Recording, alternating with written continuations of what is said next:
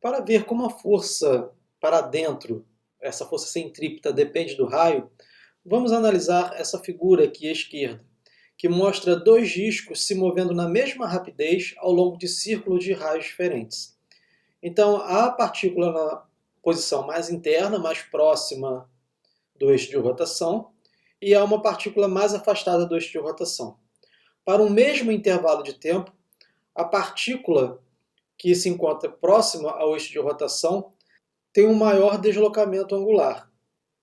A sua posição angular varia mais do que da partícula mais externa. Contudo, os vetores velocidades mantêm a mesma magnitude, tanto na trajetória interna quanto na externa. A consequência é que o disco no círculo menor, o disco no círculo mais interno, tem maior variação da velocidade. O vetor velocidade varia mais no mesmo intervalo de tempo. Então, ΔV, para essa partícula na trajetória mais interna, é maior que ΔV da partícula na trajetória mais externa. Então, aqui nós vemos que essa variação da velocidade está intimamente relacionada com a posição do objeto em relação ao centro da trajetória. A magnitude da força necessária para fazer um objeto se mover em movimento circular, a rapidez constante, depende da rapidez do objeto, mas também do raio da trajetória. Se nós fizermos aqui uma análise, podemos dizer que ΔR está para R, assim como ΔV está para V. Se eu dividir essa equação em ambos os lados por ΔT, eu vou ter o seguinte, que a taxa de variação da velocidade pelo intervalo de tempo será igual à velocidade tangencial pelo raio, que multiplica o deslocamento, ΔR, pelo intervalo de tempo. Nós já fizemos isso aqui anteriormente. O lado esquerdo, ΔV sobre ΔT, vai ser a aceleração centrípeta. E ΔR sobre ΔT é a velocidade tangencial.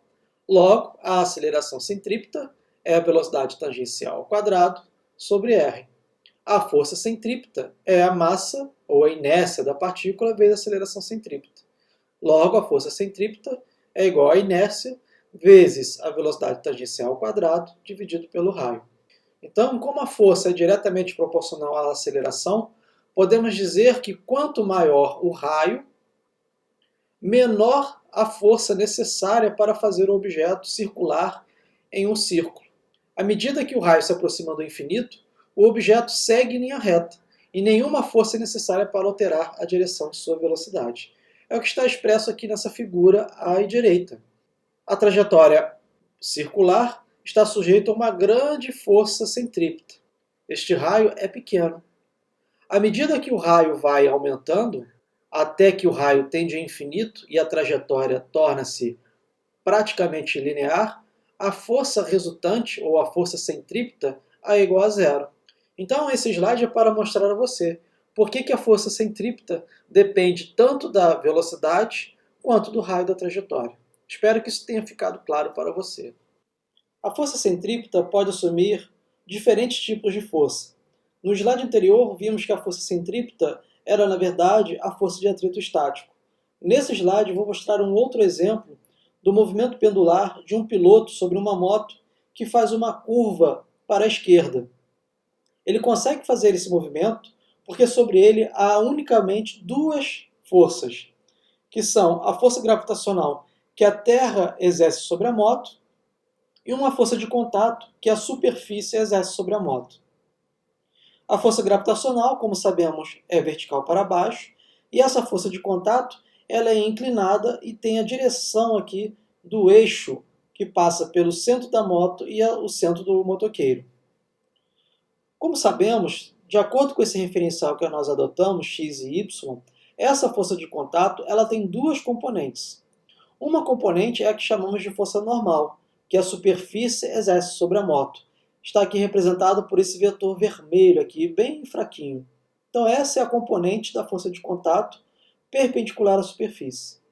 A outra componente dessa força de contato é a força de atrito estático, que a superfície exerce sobre a moto, que está representada aqui por esse vetor verde, bem fraquinho, mas paralelo à superfície. Agora, se nós repararmos bem, a força normal é cancelada pela força peso, de tal forma que a força resultante que atua sobre o motoqueiro é somente a força de atrito estático. Como ele está fazendo um movimento curvo, uma vez que ele está inclinando a moto e inclinamos a moto para fazer uma curva, a aceleração centrípeta, que aparece nesse movimento curvilíneo, se deve à componente horizontal dessa força de contato da superfície sobre a moto, que é justamente a força de atrito estático. Posso dizer que a força resultante, que permite esse movimento pendular, e esse movimento curvilíneo, é igual à força de atrito estático da superfície sobre a moto. Mas essa força resultante deve ser igual à massa vezes a aceleração centrípeta, uma vez que eu possuo um movimento curvilíneo. Então, igualando essas duas equações, eu posso dizer que a força de atrito estático da superfície sobre a moto é igual à massa vezes a aceleração centrípeta. Isto é numericamente igual à força centrípeta. Quer ver um outro exemplo? Suponha um rapaz girando uma bola conectada por um fio. O que mantém essa bola nesse movimento circular é a tração do fio, ou tensão, se você preferir dizer. Adotando um eixo de referência x e y fixo à bola, sobre ela atuam somente duas forças, que é a força gravitacional, que a Terra exerce sobre a bola, e uma força de contato, que o cabo exerce sobre a bola. Nesse referencial x e y, há duas componentes. Uma força de contato, que o cabo exerce na bola ao longo do eixo x, que seria uma componente horizontal da tensão, e há também uma força normal da tensão, ou uma componente vertical da tensão. Essa componente vertical da tensão cancela a força-peso, de tal forma que há uma aceleração centrípeta, uma vez que eu tenho um movimento circular. É a componente horizontal da força de contato, da corda sobre a bola, que permite esse movimento circular.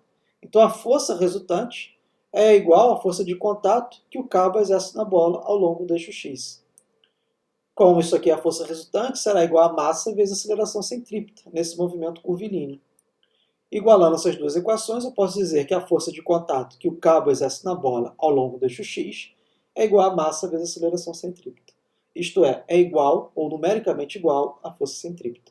Então aqui a força centrípeta assumiu o papel da força de atrito estático, mas também assumiu o papel da componente da tensão ao longo do eixo x. A força centrípeta pode assumir o papel, em algumas ocasiões, da força gravitacional, ou pode assumir o papel da força elástica, ou da força normal. Esteja atento a esses exemplos quando você fizer os exercícios.